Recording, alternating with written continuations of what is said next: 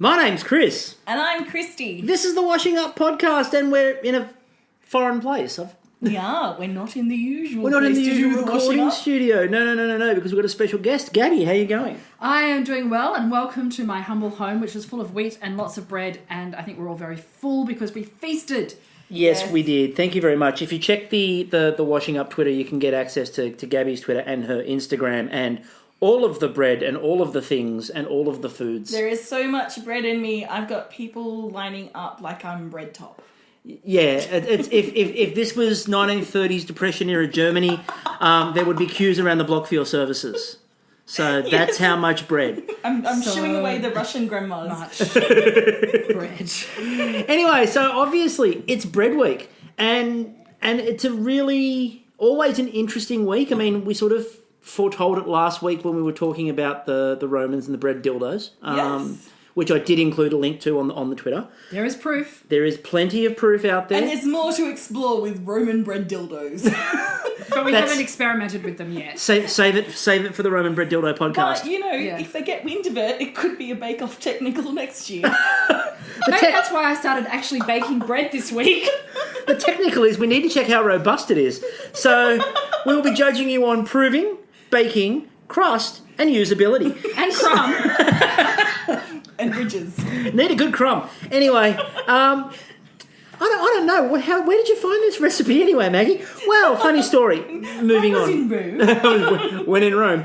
So, Bread Week began with, as Claire put it, a taste of the 90s. Now, I'm deliberately going to butcher this because, hell, it's me and I'm ultra white. Focaccia. Look, Yes. we pronounce it the way the whites pronounce it. Focaccia. I pronounce it the way my privilege allows for. So now But we're happy to be corrected. And please correct us please on the do. Twitter. Make sure it's in caps on the Twitters. And it is the taste of the 90s. I actually remember going with a whole lot of friends to Taylor Square to have focaccia as a brunch. It was a thing that we actually used to do. It was the whole experience of actually going and having a toasted focaccia because we'd never had it before. I remember the first time I ever had focaccia. It was amazing. It was in a little cafe in southwestern Sydney, southwestern miscellaneous city where we live, and it was really dry, and it was very square. It was incredibly square, and they're like, "Oh, this will be wonderful." It's called focaccia, and it was at this cake shop that's like sort of claimed that it made all of these rare things, and they were like fruit tarts and. That was the rare things that it made. See, I grew up in the inner city Here we during go. the 90s, so focaccia was everywhere. We didn't think of it as a big deal. It was more No. like just a thing that we had. You couldn't walk without bumping into one. I know, it was like you go to your neighbour's house, you'd have a coffee and a focaccia. It was lovely. Even if you didn't want one, they'd force one upon you because No. the latte swilling focaccia eating set. There is a strong fashion of bread, though.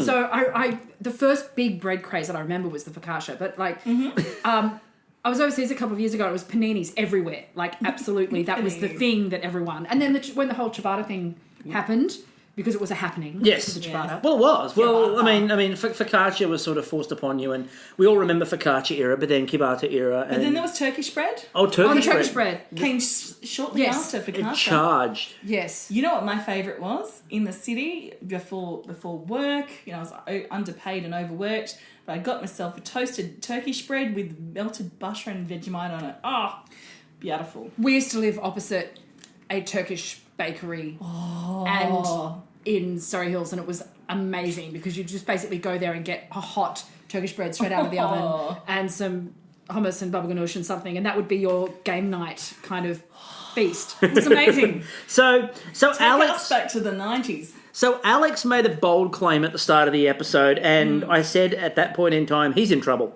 Because Alex said, this is my forte. Now every week, and you know this if you've watched Bake Off, British and Australian, and also if you've watched MasterChef. In MasterChef, when they say, I just turn around from the oven for a minute and they've just burnt something. If they say, this is my forte, they're not necessarily going home, but they're not having a good week. No. You will never find anyone go, I'm really good at this, and they're really good at it. Yep. And superstitions exist for a reason. use them, understand them when you're in the bake-off shed. Well, look at Max last week when he went, Madeline's, they're French. This will be easy for me. And then he served them upside down and underbaked. Maybe they could bring up, so for the next season, like an electric shock thing. As soon as someone says, I'm going to be really good at this, or I'm going to nail this, or this is my culture, mate, and I'm going to do it really well, then they get an electric shock. I'm doing it for my people, followed by, we'll go home. But then you deny the editors the sweet, sweet pleasure. Oh, you've got to think that they're sitting there, they're recording that and they're going, we know how this ends all the time, so let's just hold that footage, mark it, timestamp it, we've got it. But think of the gifts. Oh, think of the gifts. I mean, I'm stunned we don't have more of those. And I mean, I now know somebody, who can do gifts and does copious amounts of them, so hopefully we get a, this is my forte. So... when they went in there and they've got to make a focaccia, they can do a sweet or a savoury, which I went, really? Sweet? Really? No. No globs of Nutella in the middle? Now, no globs of Nutella in the middle, no layers of ganache through the centre of it. So, Robert, we're looking at you. No cream over their dough? No cream over their dough, sadly. Not in this one, at least. Could you make it like with a macadamia oil or a walnut oil rather than an olive oil? That would probably be the only way that I would think about it. I wouldn't make a sweet. I wouldn't make a sweet one. It'd be savoury all the way. There are other things that I would prefer to be sweet. Yes, there are things that probably shouldn't be sweetened. So Max went with a pretty stock standard sort of olive oil and rosemary with fig and walnut. Mm-hmm. Robert, now his first two challenges, by the way, wow. He continued on fire, and we'll come back to how on fire he was when we get to the third one. He just flew too close to the bake-off sun. Well done, Icarus. So, Olivegate. It was about a 10-second controversy, but what a 10 seconds. That was an intense Maggie moment. Oh. Forget a Hollywood death stare. You got a Maggie sort of passive-aggressive smile and then a look of daggers like, I'm not playing, Robert. Change your olives, Robert. She's got a button that can call in like the Australian equivalent of the National Guard. If she She's got the SAS button. SAS button.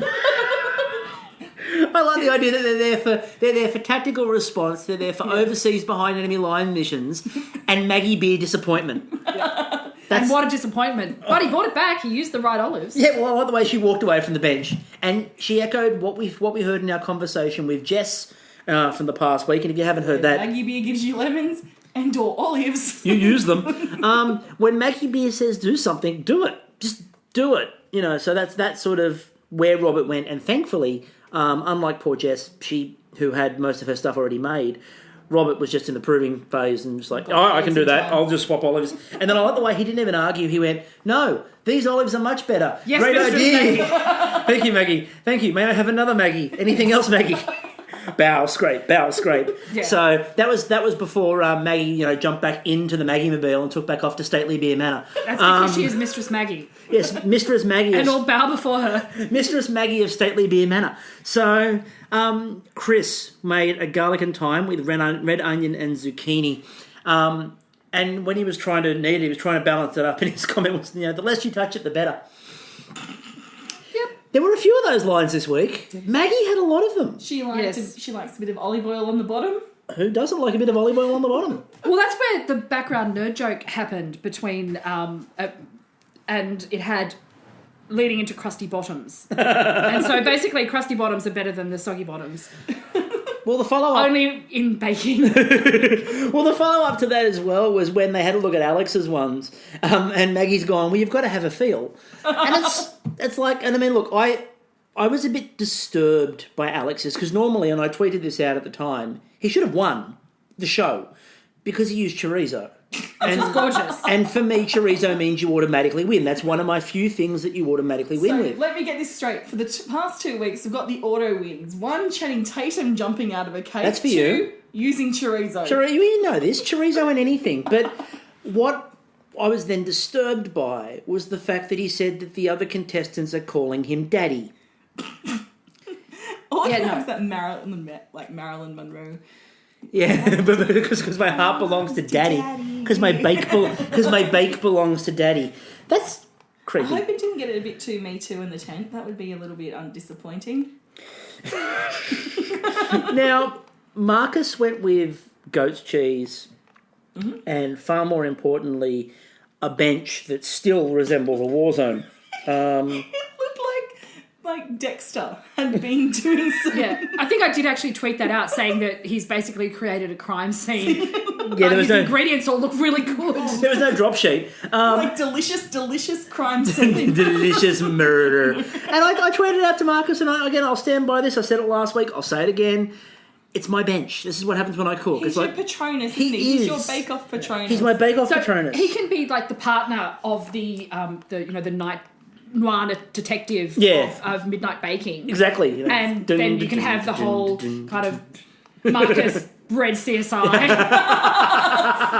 Who are you? We just need Marcus with a pair of sunglasses that he keeps taking off. Taking off and putting back He on. is a little bit David Caruso-ish, isn't he? Just thought about that. You could cast Caruso as Marcus is a young Caruso. I can see it. Let's got to do it. That's it. It's happening. That was NYPD Blue, wasn't it? Yeah. No. It was CSI. No, before Young Oh yeah, Caruso. originally, Yeah, Young Young Caruso Caruso. was that was before he did as they did in South Park. You know, do your impression of David Caruso's career. It's my turn. Jumping out of the spacecraft. Unfortunately, these days he's appearing in NYPD Nude, the porn spoofs.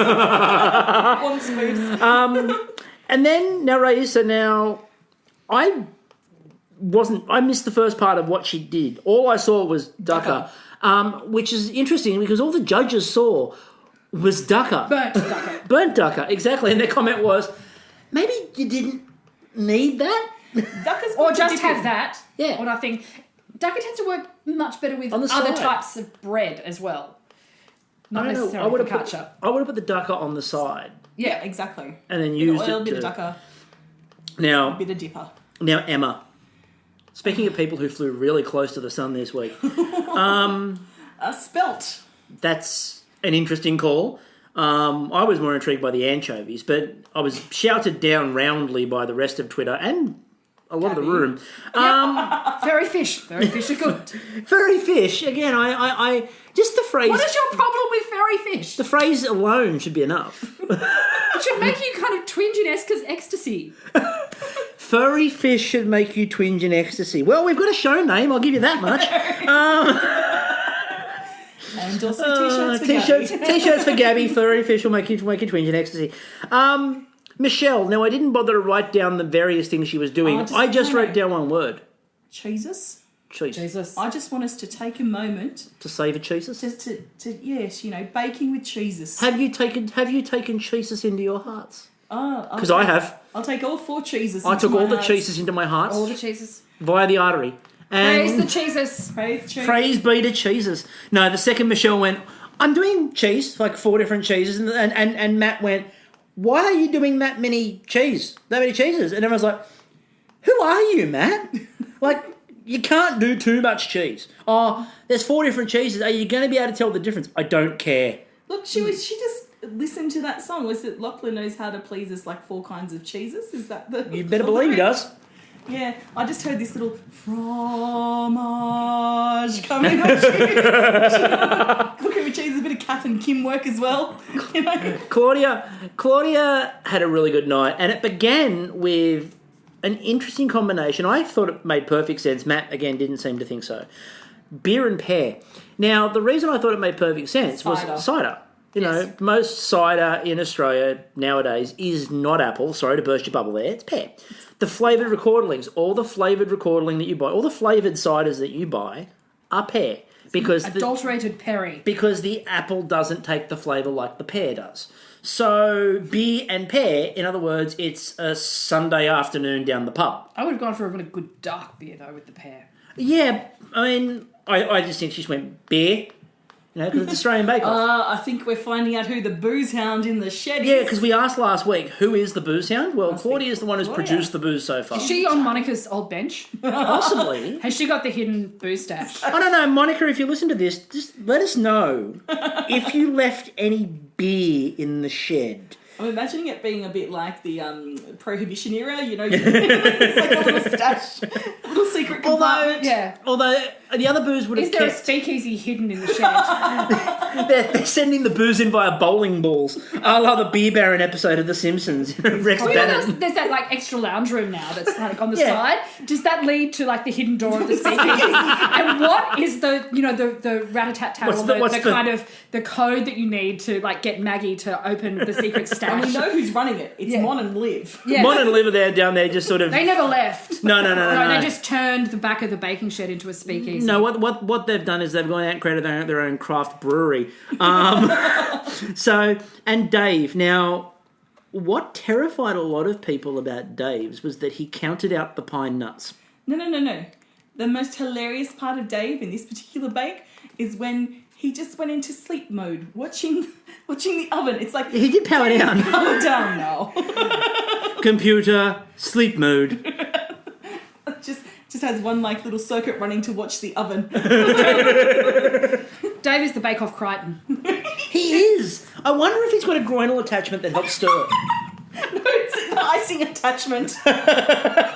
Oh yeah, and I forgot what your Twitter handle was. You forgot Yeah, my Twitter handle is Red Door 40. yeah. So Crichton, I'm quite sure, his groinal attachment was always useful. I'm pretty certain that Dave's got a groinal attachment that he's using instead of one of the KitchenAids. But it's artful because it can do beautiful things. At the And same apparently time. it makes flowers. So he also had It's grapes. his Tinder special skill.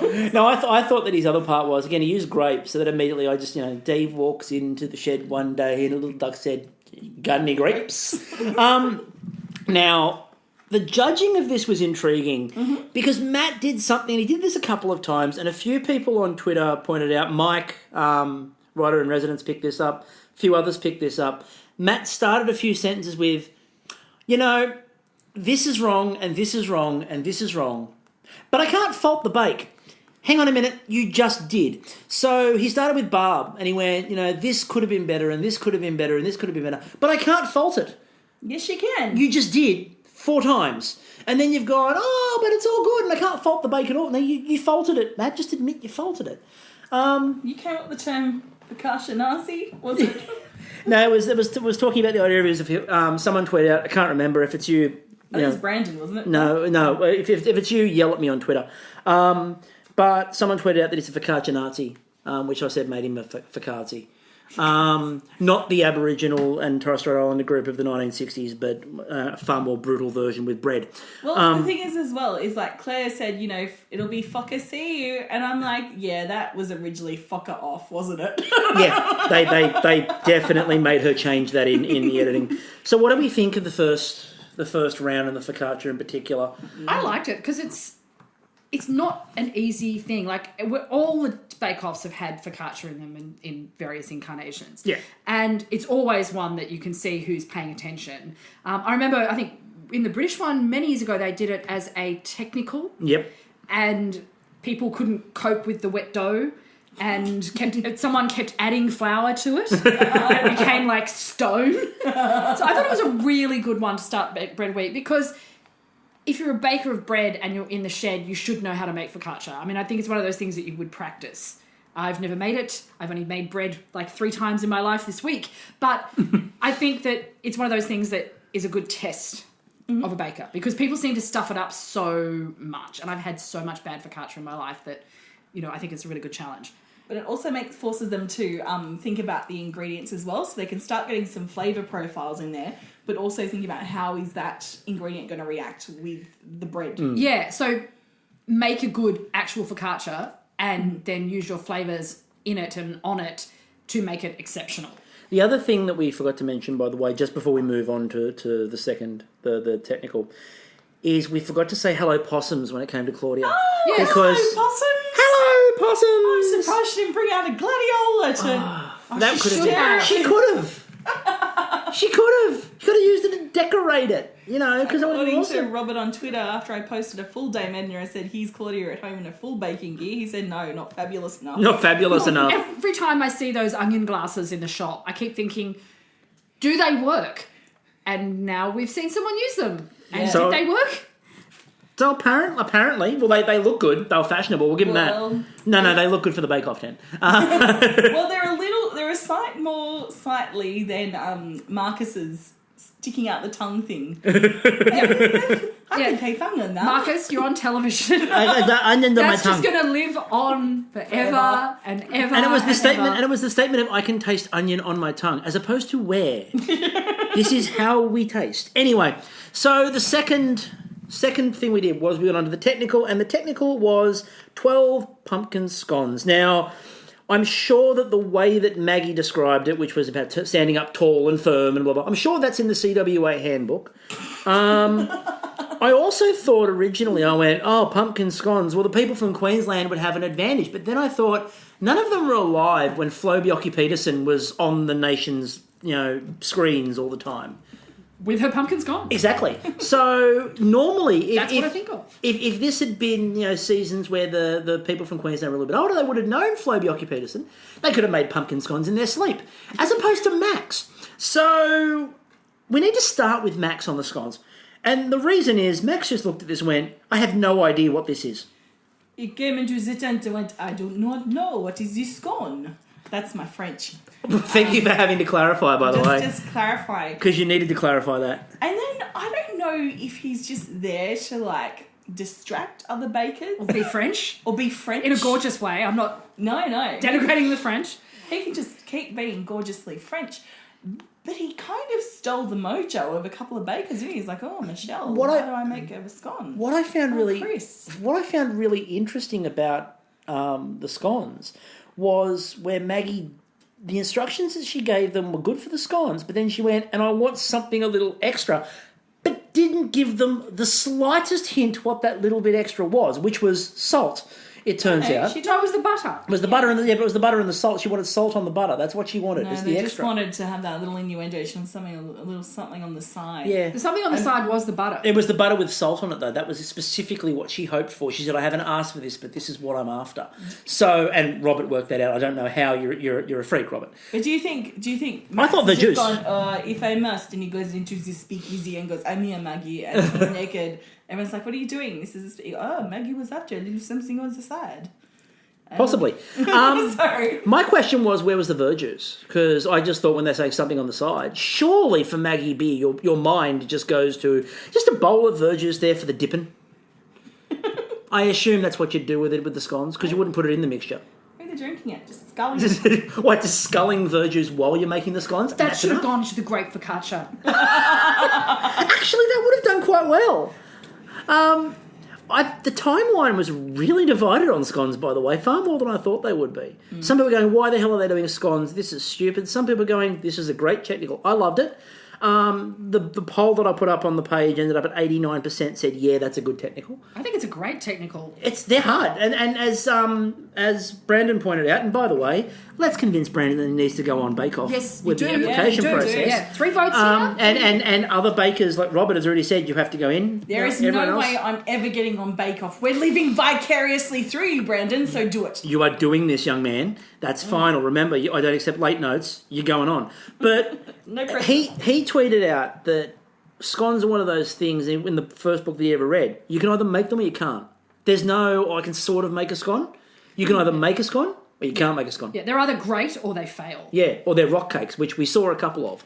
Yeah, I make scones. Yeah, Emma, really she well. made like American biscuits. She made with biscuits. pumpkin. She just needs some grits They- and gravy. they weren't- Yeah, grits and gravy. She was great. Yeah. Raissa's looked like she probably could have thrown them at somebody if they'd had a word against her. Yeah, I think I tried to make scones once in my life and they were deadly weapons. They were like, dwarf bread. Yeah. Yeah, basically. Yeah. And Alex a couple of times again was bragging through the scones, going, oh, I've got this. I'm like, oh, this, just stop it.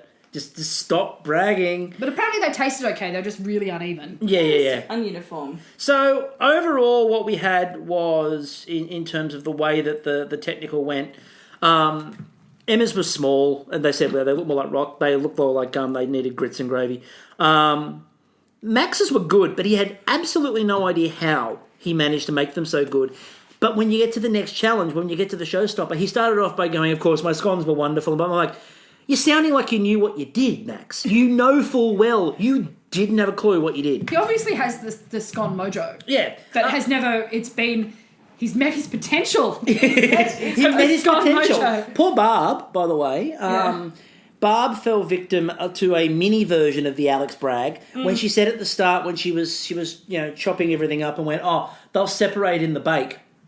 They didn't. Yep. Don't say that. They look really clumped now, but don't worry, they'll separate in the mixture. No, they didn't. Yeah. It's that whole fix it in post thing, and it just doesn't work. No. But nothing. you know You've got to what fix Barb it out. likes? As a production person, Gabby, you know full well. Yes. Fixing it in post doesn't work. And by the way, if you need anyone extra in production, Yeah. No. Yeah, Gabby's I'm available, and I'm just down the road. just down the road has worked. From the shed? Has worked for Auntie. Yes. Has worked for Auntie. Anyway, Marcus has worked just really flat. Raissa's didn't make their potential. Michelle's, you'd hope she could make a scone, and she could, but she probably overdid them. I really liked Claudia's butter shape. Oh, I really Claudia's. focused on her butter shape. I didn't really, to be honest with you, I didn't pay attention to her scones. Like I was too Robert, focused. It was focused on the butter. The butter looked amazing. Like, Robert's looked really beautiful, The dome was gorgeous. The salted dome, amazing. But the And butter. then Claudia just goes, I see your dome, and raise you a twist. A twist. A delicate twist. Now, of course, Alex's big problem was that he had really no butter.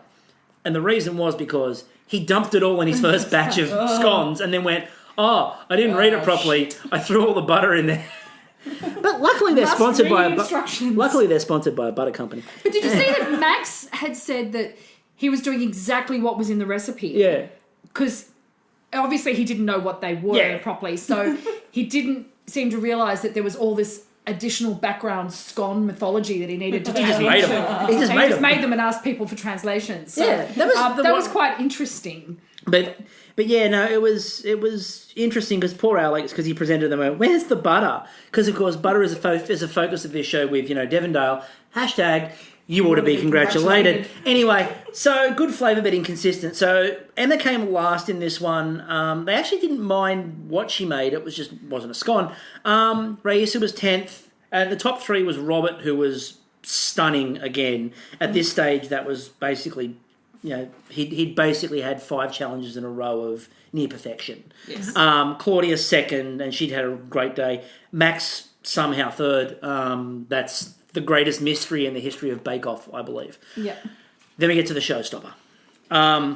A pull-apart bread centerpiece, which I gave you your credit last week. I called this one. You did. You saw the... And I made a bread centerpiece of pull apartness, but then I pulled it apart before you arrived. And then we pulled it apart into our face. And then we did, and it was delicious, and it was wonderful. With Kahlua ice cream. And it was all things to all people. And yes, my Kahlua God. ice cream.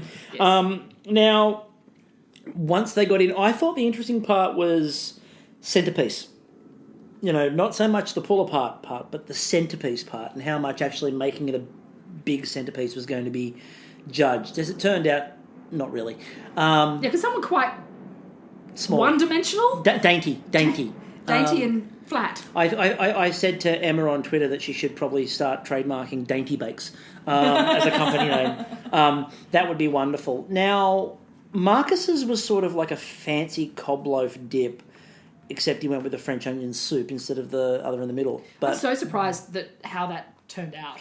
Oh my gosh. so am I. And this challenge here, for me, gave us several mottos to live by. Totally. So the first one was when Marcus was pulling his bowl apart, and he's pulled everything apart, and then he realised he pulled far too much of it out, and there was a hole in the bottom of it, and he goes, I put a hole in the bottom of it, I just put cheese in there. Oh, what in... That whole sentence is just magical. You better believe it is.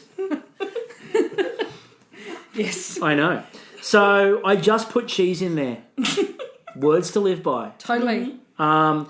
Also, But what does that do when you use the 4 cheeses? what do we use the 4 cheeses? Really plugs up the hole, apparently. It takes it to a holy level. Oh, the holy cheeses. Holy cheeses. Well, actually, it's an unholy cheeses. Unholy cheeses. So it's Yes, basically, it's unholy it's the cheeses. Antichrist. So, Satanic cheese is what And Marcus I'm, Salmon Rushdie's the satanic and I may be cheeses. the local neighbourhood witch, but I'm not, Not the satanic advocating cheeses. the Antichrist cheese. So, Chris made the apple pie pull apart, which looked bloody sensational. I want that in my face. Oh It was my like a ziggurat God. of deliciousness, wasn't it? It really was. Up, that ziggurat So Chris, would be sweet. as you've just heard, Gabby has made a request to have that in her face.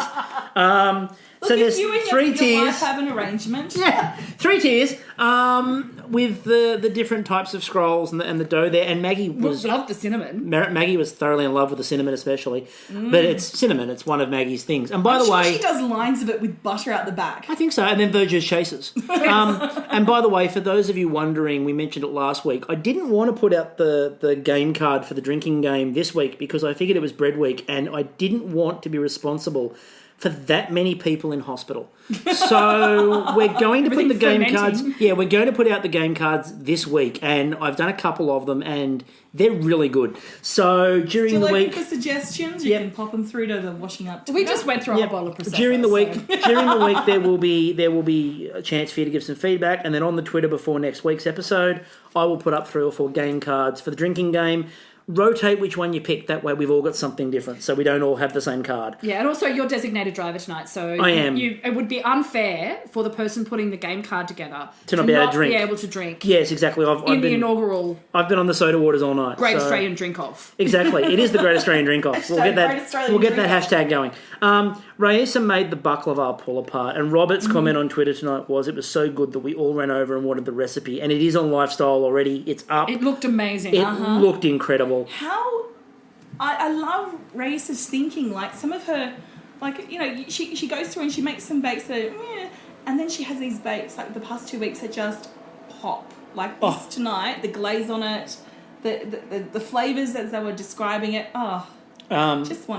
I want to face plant in it. You want to face plant into the baklava, and you want to face full of Chris's one. So You know who Oh, got? I'd go with the baklava chaser. yeah, baklava That's fine. chaser. I was really pleased with Emma's atomic pull apart. I thought she I did loved it. I thought it great. looked beautiful. I thought she did a great job of saving herself because she knew she was in trouble. And it's good to see women in STEM coming out, and It was great. I loved it. I want to see her bake with Yan. I think that would be spectacular. I think Emma and Yan.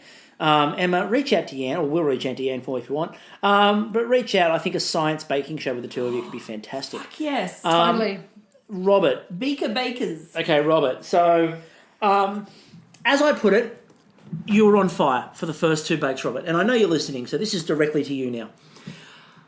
If, however, you really were that on fire, your bread probably would have been better baked for this challenge. Because you could have used that to maybe bake the bread a little bit better. All I'm saying, man. All I'm saying. Your Going with the buns are a internal little fire. Yeah, where was the burning passion? No. Robert gave us, I think, Awesome. the greatest line The philosophy we all need to live by. ever in bacon. In Bake Well, Off. it is because it's This the is bake why. off. This is why. When he put it forward, it was underbaked. They looked at it and went, Robert, what happened? And a very simple reply of, I panicked. I threw bacon at it. Words to live by. When you've got a problem, people, don't frown. Don't Throw scowl. Throw bacon at it. Throw bacon at me. We just need to make people panic around us. Yes, everybody hear that? Just Everybody hear sense that? Gabby's a problem. Just I'll throw invite bacon. Pan. Just throw bacon. And look, Everyone can panic, and then you can throw bacon at me. if you're out of bacon, And I'll be happy. prosciutto, speck, we'll take those two. Oh, definitely. I'll And take if you go with chorizo. the spec, then that leads us beautifully on to the German cake of Claudia's. Oh. The bread, the stollen, the bee stings. Edelweiss, Edelweiss. There you go, we're not going to do the rest The of Von it. Trapp They'll sue us. family singers. Von Trapp family singers. They've gone. Anyway, I'm not going to sing the rest of it. They'll want a royalty. So that was incredible. That was amazing. It's just like everything. It's like all the things in the one pile of bread of amazingness. It was all things to all people. Now, bee stings are bloody, they are labour intensive of love. And then she did Stollen. Stollen. Oh my God. And then all the bits. It was And they're as just good as the oldie Stollen though, because the oldie Stollen is pretty damn good. every time we got to a level where you're like, okay, that's incredible, there was something else. Yes. It's like just you're adding. How are you adding still? That was incredible. It's like Brian Robot. Yes, very much so. That Beauty and the Beast. Dave, Yes, Dave Robert. Dave. Dave, why do I call him Brian? I don't know, but Dave. apparently he's now Brian. So Brian, Oh, Dave. sorry, Brian. And Dave. God. No, you've got to apologise to 2 people. Yeah. Whoever Brian is, that you're calling Dave. I wanted days for Lammas is coming up, so Now- the Festival of Lammas, and I just want that. Controversially, I didn't like Dave's. Yeah, because it was wholemeal. That's why the design is good, but it was wholemeal. And excuse me, but remember last season, I don't like matcha. I don't like yuzu. last season in Bread Week, Olivia, your Olivia, Yes. our Olivia. What did she say about people who don't like white bread? I don't know. She basically said that it was ridiculous. It wasn't white bread, it was stupid. Right? I don't care. That's Olivia's. I love wholemeal. Well, and that's the your whole failing. And it was, based on Beauty and the Beast, obviously. It was his, secret rose. Or But it wasn't Beauty and the Beast because there's a lawsuit going if that happens. It's an enchanted rose. Enchanted But it was rose. also just beautiful. It was beautiful. I have no doubt it was beautiful. Work of art. and enchanted and harvesty and amazing. And I wanted it. And I Wax fruit's beautiful. I would use Can't that. eat it. I would actually use that as a magical centerpiece, as an enchanted centerpiece. Yeah. That is how much I love it. So, And it's Dave, Lion's Neck my week. shout out to you. Come bake for weird things. All right, so that just got a bit Come deep. hang with the pagans. You'll be fine. That got a bit deep, so let's change it up. Max made boobs.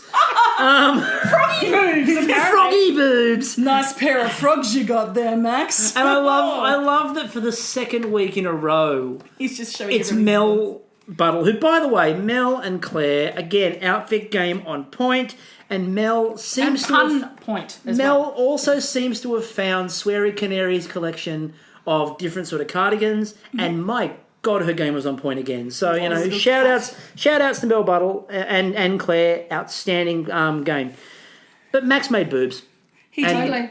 And Mel But he also found didn't them. use them. No. Oh, yeah, Mel found the boobs, and Claire found his little buns. Yes, found his little buns. It seemed kind of, Is that it? Have you It's finished? just treasure hunt And poor around. Max, because I don't think he got all the references. Because she's like, "Have you got any more of your little buns to show me?" And she's smiling, and he's like, "No, these are the last ones I've got in the proving drawer." And it's like, "Oh, Max, oh, Max." What about these? Oh, no, that's... Michelle Bits made her too. Christmas tree pull apart.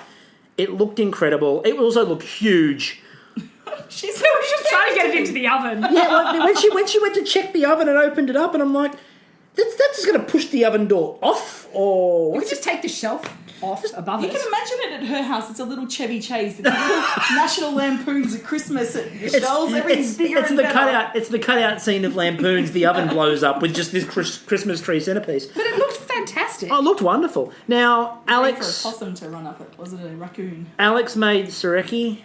It looked amazing, but then, It looked amazing, but Wasn't baked. didn't quite get there. His mum's going to be... And again, he's like, my mum will kill me. Well, And we do need to check on him, by the way. I have sort of seen an online presence. I can't guarantee that's him. Alex, if you listen to this, Reach out. reach out. Because you did say that your mum literally would kill you. And I am worried now that maybe there's been a murder we don't know about. So please reach out to us on at the Washing Up. We're here for you, dude. We're here. Yeah. We care. The Washing Up cares. What we also cared about, by the way, was Barb, who made pumpkin pull apart. She did the roses, they looked spinach incredible. and cheese roses, and she learned from the first challenge. Because what did she do with her pumpkins with the butter and that? Salt. Yes. Salted it. She learned. Yes, because we're not American. We don't sweeten all of the pumpkin. So what do we think overall about the pull aparts? I think they were delicious. I thought it was great. I really liked it. It was people experimented, and there was some delightful things and some enchanted things, and towers of bready goodness. What's not to like? Plaiting. Lots of plaiting. Lots of plaiting. I Lots like of it. reason for Maggie to keep reaching for butter. Lots of creativity. Maggie, there was a lot of Devondale plugs tonight, which is, they don't always get their moment in the sun. So it was good for Devondale to get themselves, especially when they started making the pull aparts. There was Do you like think a you're back to right? back. They cut the butter in half, followed by a bottle of milk that Chris was basically holding in the camera. So do you think Maggie's rider is like a kilo of butter, so a carton of verjuice, Keg of verjuice. keg of verjuice, and some salt I like the idea that Maggie's got a keg that she taps with verjuice in it. sitting out the back? It's like she's got her own craft pub, but it's just all verjuice. There's nothing else on the bar. There are bottles like for Jim Beam and Jack Daniels, but they're all verjuice. Yeah, that's because all the alcohol's in the speakeasy out the back. And the speakers out the back, Still under Monica's table. which Liv and Mon are currently out the back selling as their own brand. And they've suddenly turned into 1920s gangsters. Looked at him and says, "Here, Rex Bannon, I have a new hat." Do you think Jess has a job with them now? We should have asked her last week. We should have checked. It would have been cool. Now, overall, what I found really interesting about this week was I didn't think, even though it was probably Alex and Emma were the two at the bottom, nobody out and out failed again. No. Right, it was just little bits and pieces, and it was really a really tough call. I thought Emma did enough in that last challenge to save herself. Which Everyone met their potential. most people did meet their potential. I mean, a couple of bakes sort of quite just under it, but most people met it. I like the fact that Mary Berry said that she preferred Rais's baklava. Maggie. I've done it again. It's the whole MB thing. Yeah. I think it's even further confusing when you've got Michelle in the tent, you know. Yeah, I know.